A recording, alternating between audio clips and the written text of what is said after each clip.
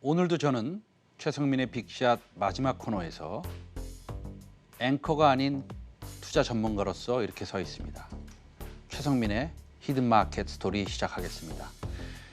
여름날 하루의 일과를 끝내면 친구들 또는 동료들과 옹기종기 둘러앉아 차가운 맥주를 한 잔 들이키기도 합니다. 요즘은 코로나19로 이런 기회가 많지 않아 안타깝습니다. 이모님, 마른 안주도 주세요 라고 안주도 시킵니다.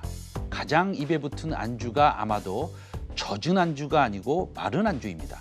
오징어, 쥐포, 땅콩 등이 나옵니다. 2차 전지도 젖은 전지가 있고 마른 전지가 있습니다. 오늘은 현재 젖은 2차 전지가 아닌 미래의 마른 2차 전지에 대해서 말씀을 드리고자 합니다. 이 마른 2차 전지를 건식 전극 기술이 포함된 전고체 전지라고 합니다. 왜 오늘 저는 아직 상용화가 좀 이른 차세대 전지 기술에 대한 이야기를 하고 있는가라고 물으신다면 주가는 거의 항상 높은 확률로 미래 기술에 대한 기대감을 선제적으로 반영해 나갈 것이기 때문입니다. 먼저 현재 젖은 2차 전지의 미래, 이 마른 전지, 즉 전고체 전지에 대한 차이점을 말씀드리겠습니다. 현재도 매우 우수한 2차 전지는 향후 10년 동안에 걸쳐 아마도가 아니고 거의 확실하게 전고체 전지로 전환될 것입니다. 왜 그렇게 전환이 되느냐, 그걸 어떻게 그렇게 확신을 하느냐라고 물으신다면 전해질이 고체로 이루어지고 있는 전고체 전지는 1회 충전에 800km를 갈 수 있으며 1,000회 정도 충전이 가능하다고 합니다. 80만 킬로를 차를 타시는 분들은 거의 없으실 테니까 이 정도면 충분하고 흘러넘치는 수명입니다. 현재의 평균 등급의 2차 전지는 끼케야 1회 충전에 400km 정도 간다고 보시면 됩니다.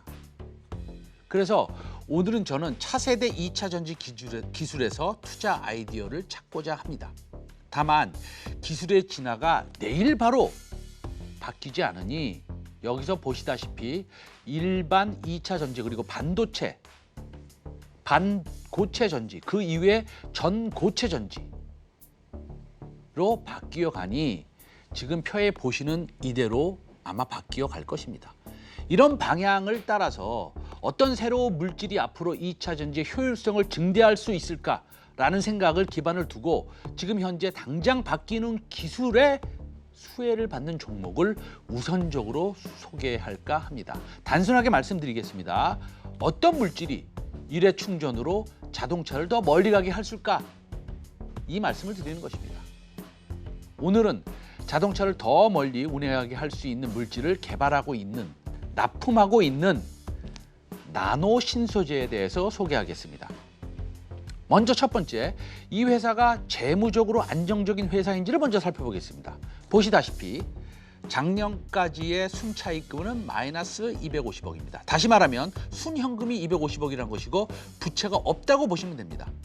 재무 상황은 논외가 되는 것이죠. 둘째, 지금 화면에서 보시다시피 기존의 카본 블랙을 CNT로 대체를 하게 되면 한 번 충전에 350km를 간다라고 한다면 500km를 갈 수도 있는 것이고요. 5년 동안 방전을 해서 배터리를 교환하게 된다면 8, 9년을 쓸 수 있게 만드는 소재가 바로 CNT 도전제입니다. 전기 자동차를 완충하려면 30분 정도가 걸리는데 한 번 충전하여 더 먼 거리를 운행할 수 있다면 얼마나 편리하겠습니까? 예를 들어서 시청자 여러분들이 쉽게 이해가 안 가신다면 핸드폰을 매일 충전하지 않고 3일에 한 번 충전한다면 얼마나 편하겠습니까?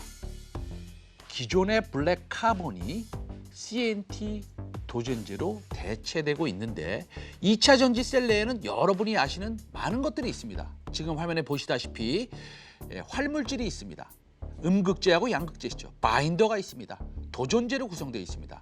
동사의 CNT는 도전제에 해당되는데 양극, 음극 내 전자 흐름을 촉진시키는 역할을 합니다. 전기 전도성이 높은 특성의 도전제를 활용할수록 전지 성능이 향상되는 것입니다. 기존의 도전제, 카본 블랙을 대체 소재로 전기 전도성이 높은 CNT의 채용이 확대되고 있습니다. CNT는 이론적으로 기존의 카본 대비 20% 수준을 사용하면 유사한 효과가 가능합니다. 이걸 아는 포르쉐는 자사의 전기차에 CNT 도전제를 사용하고 있습니다. 바로 이 차입니다. 포르쉐 타이칸입니다. 마지막으로 동사는 올해부터 CNT 부분의 실적 확대가 전망되는 가운데 국내외 캐파 증설을 진행 중입니다. 생산 시설을 확대해 나간다는 것은 다수의 글로벌 메이저 고객사를 확보한 상태라고 볼 수 있습니다. 국내 및 해외 배터리 제조사를 위해 4,000톤 규모의 생산 시설을 구축 중이며 향후 10,000톤 이상의 캐파 확대를 계획하고 있는 것으로 파악됩니다. 나노 신소재는 소재 업체이기 때문에 공격적인 캐파 증설은 무리한 외형 성장이 아니고요. 대부분 고객사가 확보된 단계적인 양산 라인 증선이라고 볼 수 있습니다. 동사는 현재 약 퍼 20배 정도로 거래되고 있는 것으로 보입니다. 웬만한 2차 전지 소재 업체는 40배에서 80배 정도로 거래되고 있고 예를 들어 대주전자재료는 퍼가 100배가 넘어갔습니다. CNT 도전제는 전기차의 효율성을 높여주는 진입장벽이 매우 높은 소재라는 점을 감안하면 중장기적으로 충분한 주가 상승 여력이 보여집니다.